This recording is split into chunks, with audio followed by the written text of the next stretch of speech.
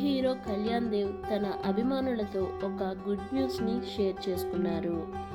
కళ్యాణ్ దేవ్ అంటే తెలియకపోవచ్చేమో కానీ మెగాస్టార్ చిరంజీవి గారి చిన్నల్లుడు శ్రీజ భర్త అంటే ఎవరైనా గుర్తుపట్టేస్తారు.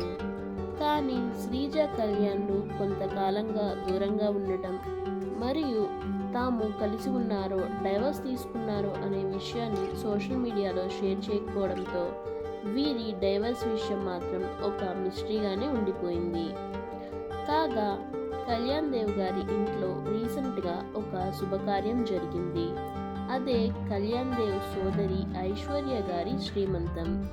ఆ వేడుకకు సంబంధించిన పిక్స్ను కళ్యాణ్ దేవ్ తన సోషల్ మీడియా ఖాతా ద్వారా అభిమానులతో పంచుకుంటూ తమ ఇంట్లోకి త్వరలో మరొక బేబీ రాబోతుంది అంటూ మరియు తన అక్క ఐశ్వర్యకు శుభాకాంక్షలు తెలియజేశారు.